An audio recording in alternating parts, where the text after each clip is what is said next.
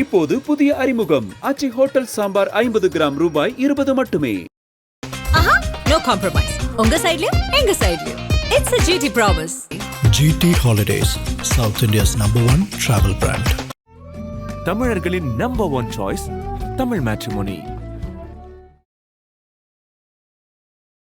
சிபிஐக்கு ஒரு சீட்டை குறைச்சிருக்காங்க, 5 கொடுத்துருக்காங்க. என்ன மைண்ட் செட்டில் சார் திமுக இருக்காங்க? ஏன் கூட்டணி கட்சிகளுக்கு இந்த அளவுக்கு இடங்களில் விளையாடிக்கிட்டு இருக்காங்க சார் திமுக? புதிய கட்சிகள் உள்ளே வந்த பிறகு கண்டிப்பாக சீட்டு குறைக்கப்படும் என்பது தான் திமுக எல்லார்கிட்டையும் சொன்ன தகவல். கடந்த முறை கொடுத்த 25 இடங்கள் இந்த முறை காங்கிரஸுக்கு இல்லை. இதை ஸ்டாலினே செல்வ பெருந்தகிட்ட சொல்லியிருக்கார். கடைசியில் காங்கிரஸ் செய்த விளையாட்டுகள், ராகுல் காந்தி செய்த சம்பவம்லாம் நம்ம பார்த்தோம். 28 போயிடுச்சு. பேச்சுவார்த்தைக்கு வர வேண்டிய திருமா 2 முறை வீட்டில் பார்த்துட்டு சீட்டு நம்பர் ஃபைனலைஸ் ஆகலை. இப்போ என்ன அர்த்தம்? தேமுதிக 2 பக்கம் பேரம் பேசுறது எல்லாருக்கும் தெரியும். என்டிஏ கிட்டையும் பேசிட்டாங்க, திமுக கிட்டையும் பேசிட்டாங்க. ஆமாம், இப்படி இருக்கிற சூழலில் அவங்கள கூப்பிட்டு நீங்கள் 10 சீட்டு கொடுத்தீங்களோ 9 கொடுத்தீங்களோ எனக்கு மன வருத்தம். அவங்களுக்கு 7 8 9 எனக்கு சொல்லு. திரும்ப கேட்பது அவர்களுக்கு இணையாக எங்களுக்கு கொடு. கலைஞர் 3 மாதங்களுக்கு முன்பே தன் கீழே இருக்கிற அடுத்த கட்டத்தில் இருக்கிற ஆற்காடு வீராசாமியோ துரைமுருகனோ வீரபாண்டியோ யாருக்கிட்டயோ பேசுவார். காங்கிரஸ் எது கொடுத்தா சரியா இருக்கும், கூட்டணியில் விசிகா இருக்கா, விசிகாக்கு எது கொடுக்கலாம் இல்லைங்க கேட்பார். இந்த முறை அந்த மாதிரியான சம்பாஷணையை ஸ்டாலின் நடத்தவே இல்லை. இது ஒரு பெரிய மைனஸ். இந்த கூட்டணி பிரச்சனைகளுக்கு குழப்பத்திற்கு காரணம் இதுதான். விஜய் பெரம்பூரில் போட்டி போடுறாரு அப்படிங்கிற ஒற்றை காரணத்துக்காக தான் சென்னை முழுக்க நாம போட்டி போடணுங்கிற ஒரு மைண்ட் செட்டுக்கு டிஎம்கே வந்திருக்காங்களா சார்? நீங்கள் பெரம்பூரில் விஜய் போட்டியிட்டாலும், வில்லிவாக்கத்தில் ஆதவ அர்ஜுனா போட்டியிட்டாலும் திமுக லேஸில் விடாது. விஜயை கூட ஏதோ லேஸ் பாஸாக விட்டுருவாங்க. சரி ஜெயிச்சுட்டு போட்டோம், அசம்பிளிக்கு விட்டோம், அங்கே வச்சு பார்த்துக்கலான்னு. ஆனால் ஆதவர் ஜெயிக்கிடுவாங்களா? மாநில அரசியலில் ஈடுபடுவதற்கு இதுதான் தக்க தருணம் அப்படின்னு கனிமொழி நினைத்திருக்கலாம். அறிவாலை வட்டாரத்தில் சொல்லப்படுகிறது. அதுக்கு காரணம் என்னென்னா, அம்மாவுக்கு உடம்பு சரியில்லை, டெல்லியில் தொடர்ச்சியாக இருக்க முடியல. ஸ்டேட் பாலிடிக்ஸில் கொடுத்தீங்கன்னா அம்மாவை பார்த்துக்கிறதுக்கு நல்லா இருக்குன்னு சொன்னதாக தகவல். சென்டிமெண்ட்டாக அடிச்சிருக்கேன். ஆமாம், கொடுப்பார்களா கொடுக்க மாட்டாங்களா என்பது 99% வாய்ப்பில்லை என்று நான் நம்புகிறேன். கூட்டணி பேச்சுவார்த்தை தமிழ்நாட்டில் ஏடிஎம்கே தலைமை அலுவலகத்தில் தான் நடக்கும். எடப்பாடியார் டெல்லி போய் அமித்ஷாவை பார்க்குறாரு சார். உண்மையாலுமே இந்த கூட்டணிக்கு யார் சார் தலைமை? அதிமுக தலைமையா இல்லை பாஜக தலைமையா? 2ஆம் கட்ட தலைவர்கள் ஏன் நம்ப மாட்டேன், ஏன் அனுப்ப மாட்டேன் டெல்லிக்கு? எல்லாமே நீங்கள் தான் பேசணுமா? இன்னும் அநியாயமாக இருக்குது. புதுச்சேரி ரங்கசாமி டெல்லியிலிருந்து வராங்கன்னு இன்டிமேஷன் கொடுக்குறாங்க. 12 மணிக்கு பேச்சுவார்த்தை, 11:30க்கு வீட்டில் வண்டி எடுத்துக்கிட்டு நான் திருச்செந்தூர் போகிறேன்னு பேட்டி கொடுத்துட்டு கிளம்புறாரு. என்ன தில்லுங்க? திமுக ஒரு முறை அதிமுக ஆட்சி காலத்தில் என்கவுண்டர் செய்யப்பட்ட ஒரு நபரின் மனைவிக்கு சீட்டு கொடுத்தார்களோ அதே போல எடப்பாடி செய்ய தயாராக இருக்கிறார். யாருன்னு எனக்கு புரிஞ்சிருச்சு. யாரு? ஆம்ஸ்ட்ராங் மனைவி பொற்கொடி ஆம்ஸ்ட்ராங். எஸ். ஆதனையர்களுக்கு அன்பு வணக்கம். இன்று நம்மோடு மூத்த பத்திரிகையாளர் திருமதி குபேந்திரன் அவர்கள் உள்ளார். வணக்கம் குபேந்திரன் சார். வணக்கம் சார். தேர்தல் தேதி அறிவிக்கப்பட்ட பிறகு முதல் பேட்டி சார். குறிப்பாக திமுக கூட்டணிக்குள்ளார என்ன நடந்துக்கிட்டு இருக்கு? சிபிஎம்க்கு இன்னும் முடிவாகலை, விசிகாவுக்கு இன்னும் முடிவாகலை, தேமுதிகவுக்கு முடிவாகலை. மக்கள் நீதி மையமும் அதிக தொகுதிகள் கேட்பதாக தகவல். தேமுதிக மக்கள் நீதி மையத்தை விட்டுடலாம் சார். கிட்டத்தட்ட ஒரு 2018 திமுக கூட்டணி ஒரு அங்கமாக விசிகா இருக்காங்க, அதே போல் சிபிஎம் இருக்காங்க. ரொம்ப ட்ரஸ்ட்வர்த்தியான கூட்டணி கட்சிகள். அவங்கள ஏன் சார் இந்த அளவுக்கு இழுத்து அடிக்கிறாங்க? சிபிஐக்கு ஒரு சீட்டை குறைச்சிருக்காங்க, 5 கொடுத்துருக்காங்க. என்ன மைண்ட் செட்டில் சார் திமுக இருக்காங்க? ஏன் கூட்டணி கட்சிகளுக்கு இந்த அளவுக்கு இடங்களில் விளையாடிக்கிட்டு இருக்காங்க சார் திமுக? புதிய கட்சிகள் உள்ளே வந்த பிறகு கண்டிப்பாக சீட்டு குறைக்கப்படும் என்பது தான் திமுக எல்லார்கிட்டையும் சொன்ன தகவல். காங்கிரஸுக்கே 22க்கு மேலே இல்லைன்னு சொல்லி பேசப்பட்ட செய்தி நம்மளாம் பார்த்துருக்கோம். பலமுறை நானே பேட்டி செய்கிறேன். 22 கடந்த முறை கொடுத்த 25 இடங்கள் இந்த முறை காங்கிரஸுக்கு இல்லை. இதை ஸ்டாலினே செல்வ பெருந்தகிட்ட சொல்லியிருக்கார். ஓகே. கிரீஷ் சோடங்கிட்ட சொல்லியிருக்கார். கடைசியில் காங்கிரஸ் செய்த விளையாட்டுகள், காங்கிரஸ் செய்த விமர்சனங்கள், ராகுல் காந்தி செய்த சம்பவம்லாம் நம்ம பார்த்தோம். 28 போயிடுச்சு. அதுக்கு திமுக தலைவர் ஸ்டாலின் சொன்ன தகவல்னு தெரியுங்களா? 22லேருந்து 25 அதோடு நிறுத்தியிருக்கணும். சோனியா கேட்டுக்கொண்டார் அப்படின்னு ஒரு சீட்டு, மல்லிகார்ஜுன கார்கே கேட்டார் அப்படின்னு ஒரு சீட்டு, கடைசியில் என் குடும்பத்திலிருந்து நெருக்கடி காரணமாக ஒரு சீட்டு, கிட்டத்தட்ட 28 சீட்டு காங்கிரஸுக்கு 3 சீட்டு எக்ஸஸாக போயிடுச்சுன்னு புலம்பி தீர்த்தார். ஓகே. ஆனால் இனி வந்து எந்த கட்சிக்கும் கிடையாது. இதற்காகத்தான் முதல்ல முஸ்லீம் லீக்கை கூப்பிட்டு 3 சீட்டு கொடுத்தோம், இந்த மாதிரி 2ன்னு சொல்லி பேட்டி கொடுக்க வச்சா தெரியுமா? ஆமாம். இதுவே என்ன சிக்னல்னா, ஒட்டுமொத்த கூட்டணி கட்சிகளுக்கும் இந்த முறை சீட்டு குறையும் என்ற சிக்னல் தான் முஸ்லீம் லீக்கை கூப்பிட்டு முதல்ல கையெழுத்து போட்டது. IUML 2 கொடுத்தாங்க. ஆமாம். ஆனால் காங்கிரஸ் வாங்கி விட்டது. இதில் கொடுமை என்னென்னா, தேமுதிகவை கூட்டிக் கொண்டு வர வேண்டிய நிர்பந்தம் ஏவவேலுக்கு இருக்குது. இதை ஏவவேலு அசைன்மெண்ட்டாக எடுத்து செஞ்சார். ஆமாம். என்ன நான் உங்ககிட்ட கூட சொன்னேன், தெலுங்கில் பேசி கூட சமாளிக்க முடியலையான்னு. அவர் சொன்னார், தெலுங்கில் பேசினாலும் தமிழில் பேசினாலும் பேரம் ஒன்று தான். ஆமாம். அப்படின்னு சொல்லி ஏவவேலு புலம்புனார். ஓகே. அப்படிப்பட்ட அந்த கட்சியை உள்ளே கொண்டு வந்தார். உள்ளே கொண்டு வரும்போது அதுவும் 10 சீட்டுன்னு சொல்லி கொண்டு வந்தாருன்னு நம்ம பேட்டிலேயே சொன்னீங்க நீங்கள். ஆமாம். தலைவர் சொல்லாத செய்தி என்னென்னா, நீங்கள் கூட்டின்னு வர சொன்னீங்க, கூட்டின்னு வந்துட்டேன், ஆனால் 10ன்னு ஒத்துக்கிட்டேன், நீங்கள் இப்படியே சமாளிச்சுக்கிட்டார். காங்கிரஸ் உள்ளே வரும் பட்சத்தில், காங்கிரஸ் வராத நிலைமையில் 10 ஓகே. ஓகே. காங்கிரஸ் வருகிற பட்சத்தில் 10 கிடைக்கான்னு சொல்ல வேண்டியதானையா? ஓகே. அப்படின்னு தலைவர் சொல்லியிருக்காரு. ஏவலுக்கு அந்த வாய்ப்பெலாம் இல்லை. நீங்கள் சொன்னீங்க, எல்லா அமைச்சரும் பார்த்து கிண்டல் பண்ணாங்க. என்னங்க தேமுதிக 800 தலைவர் ஏமாத்துறீங்களாமே அப்படின்னு ஆளாளு கேலி பண்ணாங்க. நான் பாட்டு கூட்டிகிட்டு வந்துட்டேன், பார்த்துங்கன்ட்டார். இதில் என்ன பிரச்சனைனா, எல்லோருக்கும் சீட்டு குறைக்க வேண்டும் அப்படின்ற அந்த பிளானில் முஸ்லீம் லீக் குறைச்சாங்க, இந்திய கம்யூனிஸ்ட் குறைச்சாங்க. இதில் வந்து இந்திய கம்யூனிஸ்டுடைய தலைவர் இந்த வீரபாண்டியனிடம் மார்க்சிஸ்ட் கம்யூனிஸ்ட் மாநில தலைவர், மார்க்சிஸ்டுடைய மாநில தலைவர் சண்முகம் கடிந்து கொண்டார். நெருக்கடி கொடுத்தாருன்னு கேள்வி. கடிந்து கொண்டார், நெருக்கடியில் கடிந்து கொண்டார். எதுக்கு 5க்கு ஒத்துக்கிட்டீங்க? ஆமாம். இப்போ தேவையில்லாமல் எங்களுக்கு இந்த மாதிரி வரும்ல, நாங்களும் 5ல் கையெழுத்து போடணுமா? இல்லை நீங்கள் என்ன பண்ணியிருக்கணும், 5 கையெழுத்து போட்டு வந்து மார்க்சிஸ்ட்டுக்கு எங்களுக்கு சம்மந்தம் இல்லை அப்படியா, நீங்கள் வெளியே வந்து மார்க்சிஸ்ட் எங்களை வந்து கூப்பிட்ற மாதிரி ஏன் பண்ணீங்க? ரொம்ப கடுமையான வாக்குவாதம் நடந்தது. ஓகே. இப்போ நீங்கள் சொன்னீங்களே கேள்வி, 2018-19 தொடர்ச்சியாக 9 ஆண்டுகளுக்கு மேலாக ஒரே கூட்டணியில் இருக்காங்க, பயணிக்கிறோம். அப்போ இருக்கிற 2019 நாடாளுமன்ற தேர்தல், அப்போ ஒரு 21 சட்டமன்ற தேர்தல், தேர்தல், அதன் பிறகு பொது தேர்தல், அதுக்கப்புறம் உள்ளாட்சி தேர்தல், நகர்ப்புற தேர்தல், இப்படி மாறி மாறி எத்தனை வந்தாலும் என்ன மனசங்கடம் ஏற்பட்டாலும் ஒன்றா இருந்தோம். ஆமாம். எங்களை ஃபஸ்ட்டு அதிகமாக கொடுத்துருக்கணும் இல்லையா? தேமுதிகாவுக்கு நம்பரை சொல்லுங்கள். இப்போ திரும்ப என்ன சொல்கிறாரு, அதாவது பேச்சுவார்த்தைக்கு போகவே இல்லை சார். பேச்சுவார்த்தைக்கு வர வேண்டிய திருமா 2 முறை வீட்டில் பார்க்குறாரு. ஆமாம். 2 முறை வீட்டில் பார்த்துட்டு சீட்டு வந்து நம்பர் ஃபைனலைஸ் ஆகலை. அப்போ என்ன அர்த்தம்? நீங்கள் என்ன இப்போ கடைசி என்ன தெரியுமா, தேமுதிகவை நீங்கள் ஃபினிஷ் பண்ணுங்கள். தேமுதிகவை முடிச்சுட்டு எங்ககிட்ட வாங்கன்னு திரும்ப டிமாண்ட் வைக்கிறாரு. ஆமாம். என்னென்னா அவங்களுக்கு என்ன நம்பர், ஓகே, அந்த நம்பரை சொல்லுங்கள், அப்புறம் எங்ககிட்ட வாங்கன்றார். அதாவது எங்களுக்கு கொடுத்துட்டு அவங்களுக்கு அதிகமாக கொடுத்துடாதீங்க, அவங்களுக்கு கொடுத்துட்டு எங்களுக்கு கொடுங்கிறாரு. ரெண்டாவது அந்த நம்பர் என்னன்னு சொல்லுங்கள். தேமுதிக என்ன சொன்னீங்களே. ரெண்டாவது அங்கே ராஜ்யசபா எம்பி கொடுத்தது விசிகாவுக்கு பிடிக்கல. Okay sir. ஆக்சுவலி ஒரு 1.5-2 மாதத்துக்கு முன்னாடி விசிகாவுக்கு ஒரு ராஜ்யசபா கொடுத்து விடலாம் அப்படின்ற எண்ணம் திமுக தலைமைக்கு வந்ததாக வெளியே வந்தது தகவல். ஆமாம் சார். ஸோ இவர் என்ன நினச்சிருப்பாரு, யாராவது ஒருத்தர் நமக்கு எம்பி கொடுத்தால் அது ஒரு பெரிய கௌரவம், இம்பேக்ட் இருக்கும் கூட்டணியில் அப்படின்னு பார்த்தாரு. அது நடக்கலை. தேமுதிக கிடச்சிருச்சு. தேமுதிக 2 பக்கம் பேரம் பேசுறது எல்லாருக்கும் தெரியும். என்டிஏ கிட்டையும் பேசிட்டாங்க, திமுக கிட்டையும் பேசிட்டாங்க. ஆமாம். இப்படி இருக்கிற சூழலில் அவங்கள கூப்பிட்டு வந்து நீங்கள் 10 சீட்டு கொடுத்தீங்களோ 9 கொடுத்தீங்களோ எனக்கு மன வருத்தம். அவங்களுக்கு 7 8 9 எனக்கு சொல்லுங்கள், இணையாக கொடுங்க. திரும்ப கேட்பது அவர்களுக்கு இணையாக எங்களுக்கு கொடுங்க. தேமுதிகவுக்கு இணையாக எங்களுக்கு கொடுங்க. ஆமாம்.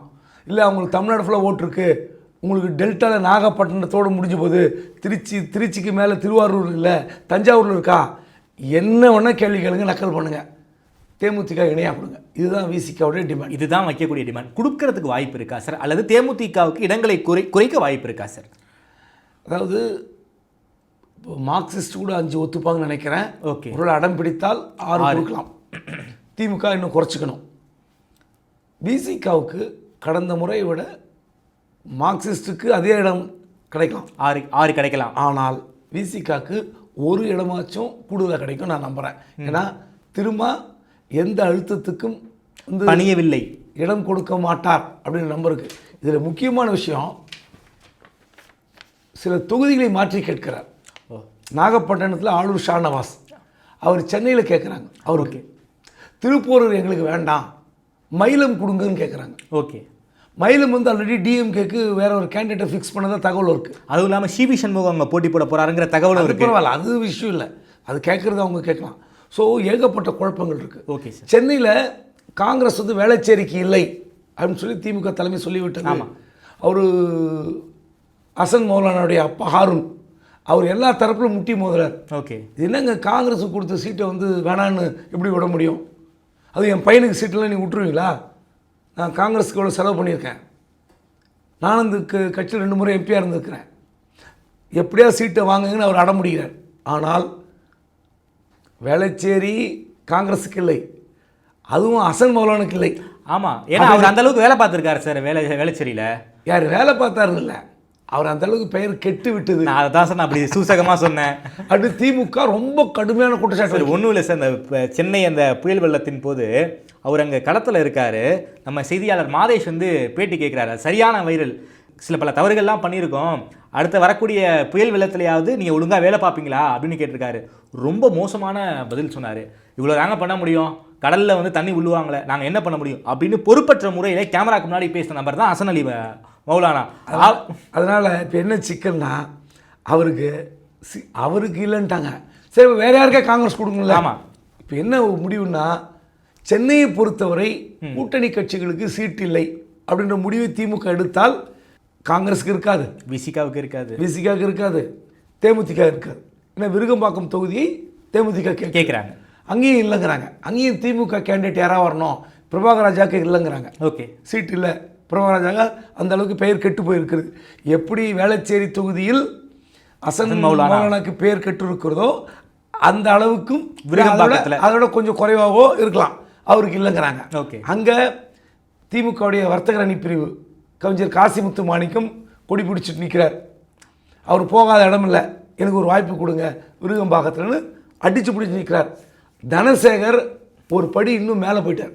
ஆமாம், எனக்கு எத்தனையோ முறை வாய்ப்பு தரேன்னு சொல்லி நோக்கடிச்சிட்டிங்க, எனக்கு இந்த முறை இல்லைன்னா நடக்கிறதே வேறன்னு அவர் பாட்டுக்கு ஒரு குதிக்கிறாரு. அதுவும் லாஸ்ட் டைமே வந்து அண்ணா அறிவாலயத்துக்கு வந்து மிகப்பெரிய போராட்டமெல்லாம் பண்ணார் சார். என்ன மாதிரி இதெல்லாம் எல்லாம் அந்த காட்சிகள்லாம் நமக்கு தெரியும். அதனால் கூட்டணி கட்சிகளுக்கு இதில் இன்னொரு முக்கியம், கம்யூனிஸ்ட்டும் கேட்குறாங்க சென்னையிலையா? ஆமாம், மார்க்சிஸ்ட். ஓகே, மார்க்சிஸ்ட் கேட்குறாங்க. ஸோ ஏகப்பட்ட குழப்பங்கள் திமுகவில் இருக்கிறது. ஓகே, இது எனக்கு தெரிஞ்ச ஒரு வழி, தேமுதிக டீல் முடிச்சுட்டு விசிகாவையும் கம்யூனிஸ்ட்டையும் கூப்பிடலாம், முடிஞ்சிடும். அநேகமாக இன்னைக்கு நாளை எப்படியும் முடிஞ்சிடும் நம்புகிறாங்க திமுக தரப்பில். ஓகே சார், நீ ஒரு வார்த்தை சொன்னீங்க சார், சென்னையில் வந்து கூட்டணி கட்சிகளுக்கு இடம் கொடுக்கக்கூடிய மைண்ட் செட்டில் திமுக இல்லைங்கிற மாதிரியான ஸ்டேட்மெண்ட்டை சொன்னீங்க. விஜய் பெரம்பூரில் போட்டி போடுறாரு அப்படிங்கிற ஒற்றை காரணத்துக்காக தான் சென்னை முழுக்க நாம் போட்டி போடணுங்கிற ஒரு மைண்ட் செட்டுக்கு வந்து டிஎம்கே வந்திருக்காங்களா சார்? இல்லை, ஒரு கட்சியினுடைய தலைவர் போட்டியிட்டால் ஒரு 4-5 தொகுதிகள் அக்கம் பக்கத்தில் இருக்கிற தொகுதிகளில் ஒரு பாதிப்பு இருக்க தான் செய்யும். ஆமாம், வில்லிவாக்கம், இந்த பக்கம் பெரம்பூர் பக்கத்தில் இருக்கிற திருவிக்கா நகர், கொளத்தூர், அப்படி மாறி மாறி இருக்கும். நான் இல்லைன்னு சொல்லலை, ஆனால் திமுக லேஸில் விடாது. ஓ, நீங்கள் பெரம்பூரில் விஜய் போட்டியிட்டாலும் வில்லிவாக்கத்தில் ஆதவ அர்ஜுனா போட்டியிட்டாலும் திமுக எப்படி வேலை பார்க்க நமக்கு தெரியும். விஜயை கூட ஏதோ லேஸ் பாஸாக விட்டுருவாங்க, சரி ஜெயிச்சுட்டு போட்டோம், ஆதவ அர்ஜுனா விட மாட்டாங்க, இல்லை வரட்டும் அசம்பிளிக்கு வரட்டும் அங்கே வச்சு பார்த்துக்கலான்னு. ஆனால் ஆதவர் ஜெயிக்க விடுவாங்களா? நிச்சயம் விட மாட்டாங்க. முதலமைச்சரை எந்த அளவுக்கு கீழ்த்தரமாக பேசியிருக்கிறார், என்ன வார்த்தையை பயன்படுத்தினார். ஆனால் இதுவரை திமுக தரப்பில் எந்தவித பதிலும் சொல்லாமல் இருக்காங்க, அமைதியாக இருக்காங்க. ஆச்சரியம். சேகர்பாபு கூட ஒரு எக்ஸ்ட்ரீமுக்கு போயிடுவார்னு நினச்சேன், வார்த்தையை கண்ட்ரோல் பண்ணிக்கிட்டு அளந்து தான் எனக்கு பேசியிருக்காரு, ஆதவர்ஜனாவை பேசியிருக்காரு. அதனால் ஆதவர்ஜன் எப்படி தோக்கடிக்கணும் அந்த வேலையை கண்டிப்பாக போவாங்க. விஜயும் அந்த லெவலில் நெருக்கடி. விஜய் வந்து 2 தொகுதி நிற்பார் நினைக்கிறேன், ஒன்று பெரம்பூர், இன்னொன்று திருச்சி கிழக்கு. பெரம்பூரில் அவர் வந்து கேக் வாக்கெல்லாம் ஜெயிக்க விடுறதுக்கு விட மாட்டாங்க. ஏன்னா ஒரு தொகுதியை இழந்தால் திமுகவின் கோட்டை அப்படின்ற ஒரு பறைசாற்றுகிற விதமாகத்தான். ஏன்னா ஏடிஎம்கே சென்னையில் கட்சியே இல்லை. என்னை கேட்டிங்கன்னா அவங்களுக்கு ஒரே நம்பிக்கை நட்சத்திரம் டி நகர் சத்யா மட்டும்தான். அவர் மட்டும் தான் வேலை பார்த்துட்டு இருக்காரு, அவர் மட்டும் தொகுதி உறுதிப்படுத்தப்பட்டிருக்கு, மற்ற இடத்துல எதுவுமே இல்லை. இப்போ ஜெயக்குமார்லாம் எங்கே வேலை பார்க்குறாரா? அவர் தொகுதியாக இருக்கலாம் ராயபுரம், நான் இல்லைன்னு சொல்ல, எங்கே வேலை பார்க்குறாரா? ஆக்சுவலாக பார்த்தீங்கன்னா ஃபிஷர்மேன் இன்னைக்கு தேதிக்கு சென்சஸ் படி ஆர்கே நகரில் தான் ஃபிஷர்மேன் அதிகமாக இருக்காங்க. ஓகே, அவர் அங்கே நிற்பாரா? அவர் மீனவர் என்ற அடிப்பில் அங்கே நிற்க மாட்டார். ராயபுரம் என் கோட்டம்பார், திரும்ப நிற்பார். அவருக்கு இன்னொரு பயம் இருக்குது, மயிலாப்பூரில் நிற்கணும்னு ஆசைப்படுறார். மயிலாப்பூரில் நிற்கணும்னு ஆசைப்படுறார். இப்போது இப்படி ஏகப்பட்ட குழப்பங்கள் இருக்குது. அதனால் இந்த முறை எப்படி கலைஞர் காலத்தில் ஒரு முறை 70, 67, 71, அதன் பிறகு எம்ஜிஆர் இருக்கும்போது கூட ஒரே ஒரு தொகுதி தான் எம்ஜிஆர் ஜெயிச்சார், ஆர்கே நகர், ஐஸ்வரி கணேஷோட அப்பா ஐஸ்வரி வேலன். அந்த மாதிரி மொத்த தொகுதியும் கைப்பற்ற வேண்டும் அப்படின்ற உத்தரவில் இறங்கி வேலை பார்க்குறாங்க. அதனால தான் ஒரு வார்த்தையை மாவட்ட செயலர் கூட்டத்தில் ஸ்டாலின் சொல்லியிருப்பார், யாருக்கு சீட்டு என்பதை நீங்கள் முடிவு பண்ணாதீங்க, உங்களுக்கு கீழே இருக்கிறவங்களுக்கு சீட்டு வாங்கி தரேன்னு சொல்லி உத்தரவாதம் கொடுக்கறது, ஆசை காட்டுற வேலையெல்லாம் விட்டுருங்க. மாவட்ட செயலராகட்டும் மண்டல பொறுப்பாளராகட்டும் உங்களுக்கு ஜெயிக்க வைக்கிறது தான் வேலை, அமைச்சர் வேட்பாளரை நான் முடிவு பண்ணோம் அப்படின்ட்டு. ஸோ பெரிய நெருக்கடி திமுகலையும் இருக்குது. அதனால் மற்ற தொகுதிகளை விட சென்னை மாவட்டத்தில் திமுக இறங்கி வேலை செய்யும். பெரம்பூரில் ஏதோ விஜய் நிற்கிறாரு, 65% சர்வேஸ் காட்டுது, அங்கே டிவிகே ஆப்லேயே 45,000 மக்கள் பதிவு செய்து விட்டார்கள், அதனால் கேக் வாக்கார் எதுவாக இருந்தாலும் விஜயும் தண்ணி குடிக்கணும். எத்தனை ரவுண்டு, 25 ரவுண்டு இருந்துன்னு வச்சுங்க பேச்சுக்கு, 20 ரவுண்டு வரைக்கும் அவர் அப்படி முன்ன போக பின்ன வர இப்படி தான் இருக்கும். Okay sir. அதே போல் திமுகவில் வேட்பாளர்கள் பட்டியல் ரெடி ஆகிடுச்சா? அது வந்து நேர்காணல் என்பது எப்படி நடக்கணும் உங்களுக்கே தெரியும். நாம்கி வாஸ்தே தான் முன்னாடியே வந்து போட்டு வச்சுருப்பாங்க. அதையும் தாண்டி இளைஞரணி மிகப்பெரிய அளவில் நம்பிக்கையோடு இருக்காங்க. பல்வேறு இளைஞரணி நிர்வாகிகள்கிட்ட பேசும்போது நமக்கு சீட்டு கிடச்சுங்கிற மைண்ட் செட்லேயே இருக்காங்க. உதயநிதி அந்தளவுக்கு அவங்களுக்கு நம்பிக்கை கொடுத்து வச்சுருக்காரு. ஒரு 40-45 சீட்டு வரைக்கும் இளைஞரணிக்கு ஒதுக்கணும் அப்படிங்கிற விஷயத்தை பொது வழிகளில் வந்து உதயநிதி தொடர்ச்சியாக பேசிக்கிட்டு இருக்காரு. உதயநிதி அவர்களுக்கு சாதகமாக ஏதாவது நடக்க வாய்ப்பு இருக்கா சார்? இந்த தேர்தலில்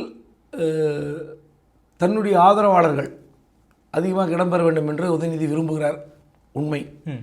ஒரு 42 அல்லது 45 தொகுதிகளை எழுதி தன் தந்தை, அதாவது திமுக தலைவர்கிட்ட கொடுத்துருக்கிறார். அதே லிஸ்ட் எடுத்துன்னு போய் பொதுச் செயலாளர் துரைமுருகன்கிட்ட காட்டி இதெல்லாம் நான் கேட்டிருக்கேன் அப்படின்னு அவர்கிட்டையும் ஒப்புதல் வாங்குவதற்கு முயற்சித்திருக்கிறார். இந்த பெண் டீம், அவருடைய மாப்பிள்ளை தான் சபரீசன், பெண் டீம் வந்து சர்வே எடுத்து அவங்க ஒரு டீம் வச்சுருக்காங்க, யார் யாருக்கு எது எது சாஸ்வதம், எது ஜெயிக்கும், எது தோக்கும், எது நெருக்கடி கொடுக்கணும். அங்கே மாப்பிள்ளைக்கிட்டையும் கொடுத்துட்டார், தன்னுடைய மைத்திரர்கிட்டையும் சீட்டு 3 லிஸ்ட்டும் 3 இடத்துல கொடுத்துருக்கார். ஆனால் எல்லா முடிவையும் இந்த முறை முதலமைச்சர் ஸ்டாலின் தான் எடுப்பார். காரணம், பல தொகுதிகளில் யார் வேட்பாளர் என்பது இன்னும் தெரியல. அமைச்சர்கள் அதை தவிர அந்த 30 தொகுதி 33 தொகுதியை தவிர மற்ற தொகுதிகளில் யார் வேட்பாளர் என்பதை இந்த நிமிடம் வரை அமைச்சர்களாலே தெரிந்து கொள்ள முடியவில்லை. இது உண்மை. யாருக்கிட்ட நெருங்க விடாமல் ஸ்டாலின் பார்த்துக் கொள்கிறார். எனக்கு தெரிந்து முன்ன கூட அப்படி இருந்திருக்கோம் சார். கலைஞர் காலத்தில் கலைஞர் வந்து 3 மாதங்களுக்கு முன்பே தன்னுடைய சகாக்களை அழைத்து சொல்லிடுவார், பேசுவார். ஏதாவது முதல் காங்கிரஸ் எது கேட்குறாங்க, காங்கிரஸ் எது கொடுத்தா சரியாக இருக்கும், கூட்டணியில் விசிகா இருக்கா, விசிகாக்கு எது கொடுக்கலாம், எது வேணான்னு சொல்லலாம், கம்யூனிஸ்ட்டுக்கு எது கொடுக்கலாம், எதை மாற்றலாம், இதெல்லாம் வந்து கலைஞர் வந்து தன் கீழே இருக்கிற அடுத்த கட்டத்தில் இருக்கிற ஆற்காடு வீராசாமியும் துரைமுருகனோ வீரபாண்டியோ யார்கிட்டயோ பேசுவார். இன்ட்ராக்ட் நேர்கிட்ட கூட இன்ட்ராக்ட் பண்ணுவார். தன் மகனுக்கு தான் வேண்டப்பட்டலை கூப்பிட்டு கேட்பார், திருச்சி எப்படி மாற்றலாம் எல்லாம் கேட்பார். இந்த முறை அந்த மாதிரியான சம்பாஷணையை ஸ்டாலின் நடத்தவே இல்லை. இது ஒரு பெரிய மைனஸ். இந்த கூட்டணி பிரச்சனைகளுக்கு குழப்பத்திற்கு காரணம் இதுதான். நீங்கள் 3 மாதங்களுக்கு முன்பே இதை பேசியிருந்துன்னு வச்சுங்களேன், பிரச்சனை கம்மி. 1. 2, ஒரு இப்போ இது வரைக்கும் கேண்டிடேட் யார் இருந்தாலும் பல கேண்டிடேட் மாற போகிறாங்க. பல கேண்டிடேட் இப்போ துரைமுருகனுக்கு சீட்டு இல்லை, காட்பாடி யார் நிறுத்த போகிறீங்க? 30 நாட்களில் வேட்பாளர் நிறுத்தி ஜெயிக்க வைக்கிறது என்பது வேறு, நான் மறுக்கலை. கட்சி ஆளுங்கட்சி எல்லா பலமும் இருக்குது. ஆனால் அந்த வேலை செய்கிற அந்த வேட்பாளருக்கு பதப்பதிப்பு இருக்குல்ல, ஐயோ ஒரு 50 நாளைக்கு முன்னாடி சொல்லி நம்ம இன்னும் கொஞ்சம் ஒர்க் பண்ணியிருக்கலாமோ, இந்த 35 நாள் எப்படி ஒர்க் பண்ணுறதுன்ற பயம் இருக்குங்களே, அந்த பயம் வாட்டி வதைக்கும். ஒரு கம்ஃபர்டபுளாக ஒர்க் பண்ண முடியாது. அதாவது ஒரு நல்ல கேண்டிடேட்டே கொடுக்குறீங்க, காட்பாடி இல்லைன்னு சொல்ல, ஆனால் அவர் வந்து சொந்த கட்சி அனுசரித்து, கூட்டணி கட்சி அனுசரித்து, எதிர்கட்சிக்காரங்க எங்கெல்லாம் வீக் பாயிண்ட் அங்கெல்லாம் போகிறது இருக்குல்ல, ரொம்ப கஷ்டம். குறைந்தது ஒரு 50-60 நாட்களுக்கு முன்பு இதை முடிவு பண்ணியிருந்தா இதில் இண்டிகேஷன் இது உனக்கு அப்படின்னா தெம்பாக இருப்பாங்க. ஒரு வேளை போட்டி மனப்பான்மையில் இருப்பவர் கூட சரி நம்ம ஒதுங்கிக்கலாம், தாமரை சீட்டு உறுதி சொல்லிட்டாங்க, அவர் வேலை பார்க்கட்டும், நம்ம வேற எங்கன்னா போட்டி போடலாம், வேற எங்கன்னா கேட்கலான்னு முட்டி மோதுவாங்க. இப்போ யாருக்கு எது தெரியாதனால பெரிய குழப்பம் இருக்கிறது. Okay sir. இப்போ குறிப்பாக உதயநிதியுடைய அந்த பட்டியலில் இருப்பவர் எழும்பூர் எம்எல்ஏ பரந்தாமனை சேகர் பாபு வரவிடாமல் தடுப்பதற்கு எல்லா வேலையும் பார்க்குறாரு. ஆமாம். இப்போ பரந்தாமனுக்கு சீட் இருக்கா இல்லையா தெரியாது. இன்னைக்கு தேதிக்கு பரந்தாமன் எப்படி செயல்படுவார், இருக்கா இல்லையா தெரியாது. யார் வர போகிறாங்க, சேகர் பாபு யாரை புதுசாக கொண்டு வர போகிறார் தெரியல. தமிழன் பிரசன்னா சேகர்பாபை நம்பி இருக்கிறார். ஏற்கனவே முன்னாள் எம்எல்ஏ ரவிச்சந்திரன் அவரை நம்பி இருக்கிறார். அமுதரசன் அவரும் அங்கே எக்மோரில் வந்து கூடி வந்து அட்ரஸ் வாங்கி வச்சுருக்காரு, தமிழ்க்கு அமுதரசன்.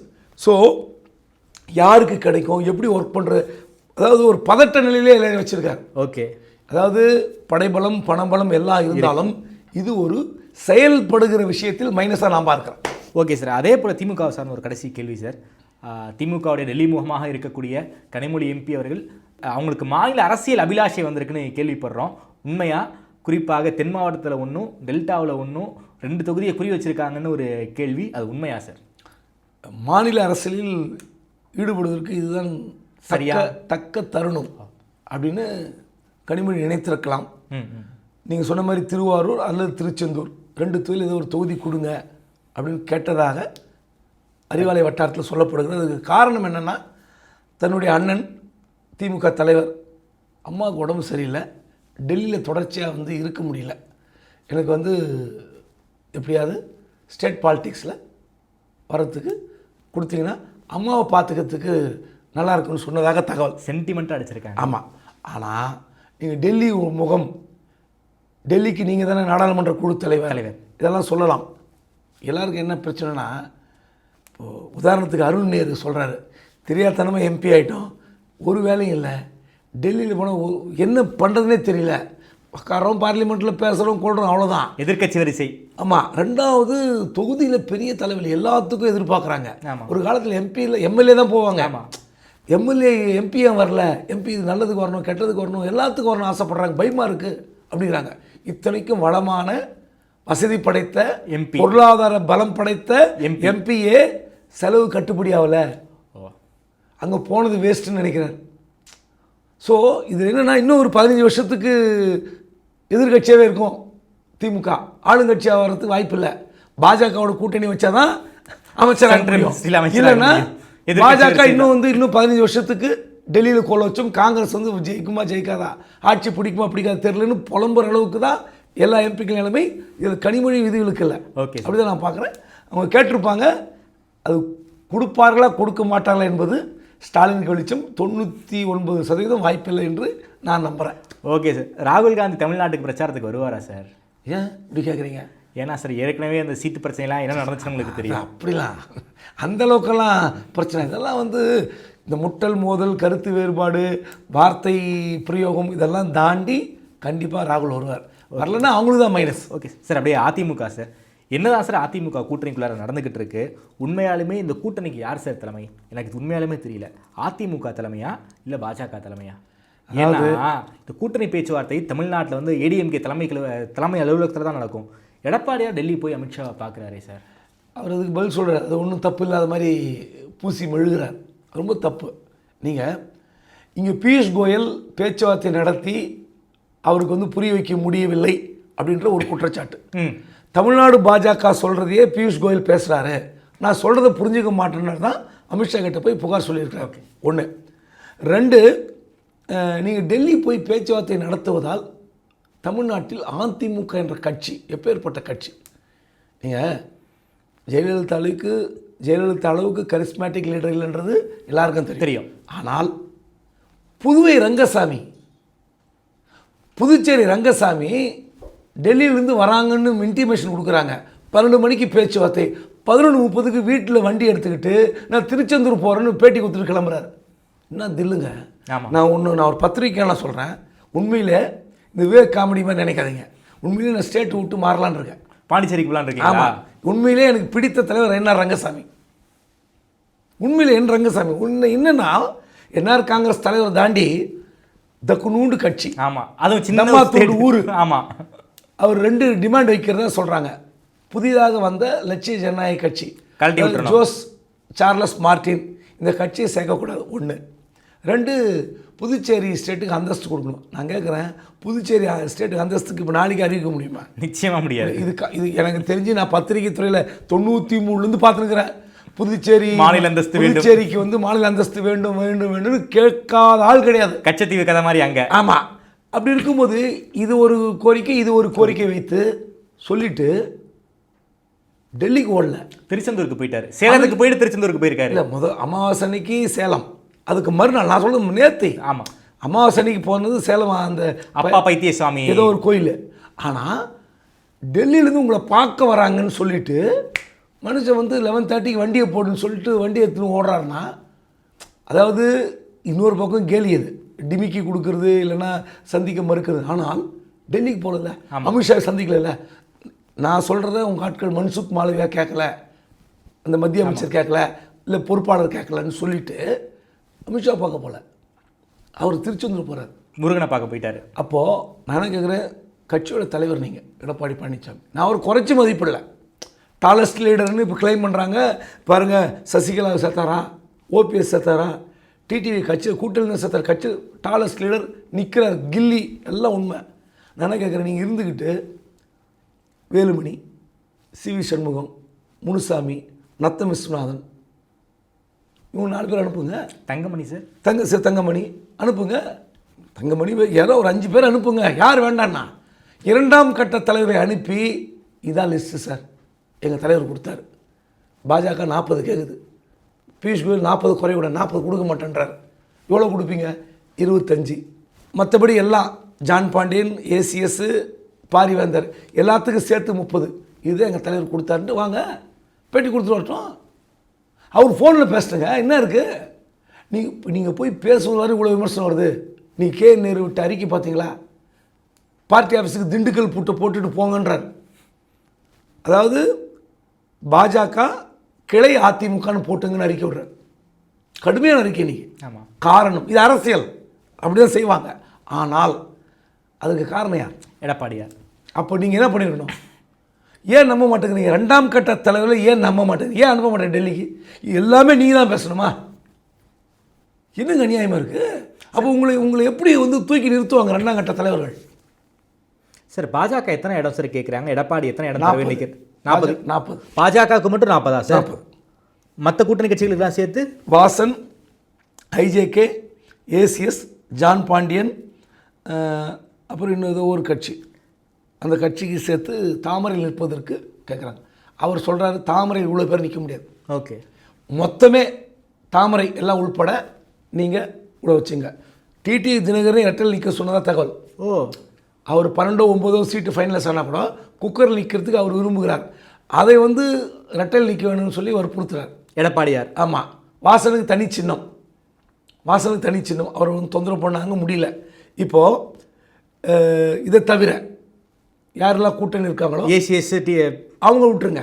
இந்த கூட்டணியில் இருக்கிற கிருஷ்ணசாமி ரெட்டையில் நிற்க வைக்கிறார். ஓகே, அப்புறம் இன்னதோ ஒரு கட்சி, அவங்களையும் ரெட்டையில் கேட்டிருக்காங்க. பாமக சார், பாட்டாளி மக்கள் கட்சி தனிச்சின்னம் தான். அவங்களுக்கு நம்பர்ஸ் இருக்குல்ல சார்? ஆமாம், 18க்கு தனிச்சின்னம். இதில் ஒரு ஸ்கூப் நியூஸ் சொல்கிறேன் உங்களுக்கு.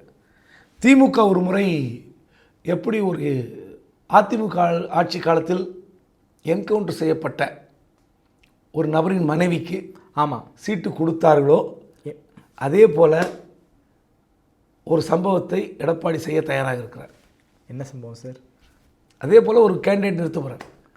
திமுக ஆட்சி காலத்தில் யாருன்னு எனக்கு புரிஞ்சிருச்சு. யார்? ஆம்ஸ்ட்ராங் மனைவி பொற்கொடி ஆம்ஸ்ட்ராங். எஸ், பேச்சுவார்த்தை நடந்து கொண்டிருக்கிறது. ஓகே, ஆம்ஸ்ட்ராங் மனைவிக்கு சென்னையில் ஒரு இடத்தை ஒதுக்குவதற்கு எடப்பாடி தயாராகி கொண்டிருக்கிறார். இது ஸ்கூப் நியூஸ் உங்களுக்கு. Okay sir. சார், குறிப்பாக பார்கெனிங்கில் எடப்பாடியார் வந்து ரொம்ப ஷூடாக இருக்கார் போல இருக்கே சார். அந்த வகையில் அவர் ஸ்ட்ராங்குனே வச்சுங்க. அதாவது 50-55 சீட்டு கேட்குறாங்க கூட்டணி கட்சிகளோடு சேர்த்து.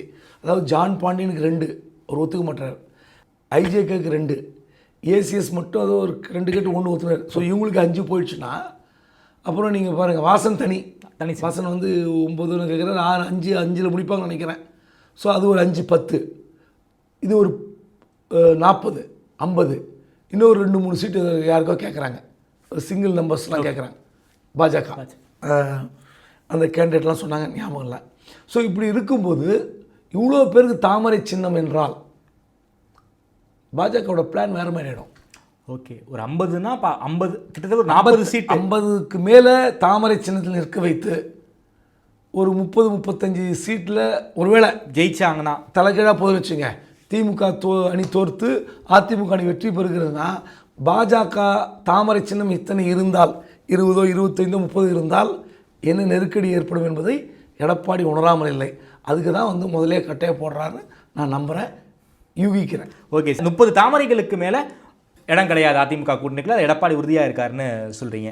ரொம்ப நன்றி சார். தமிழ்நாடு அரசியல் களம் தொடர்பாக பல்வேறு கேள்விகளுக்கு ரொம்ப அறிவாக பதில் சொல்லியிருக்கீங்க. பல்வேறு உள்விகாரங்கள் நடந்த விஷயங்களையும் ரொம்ப வெளிப்படையாக பேசியிருக்கீங்க. நேரம் கொடுத்து பேசியவங்க நன்றி வேந்தன் சார். நன்றி.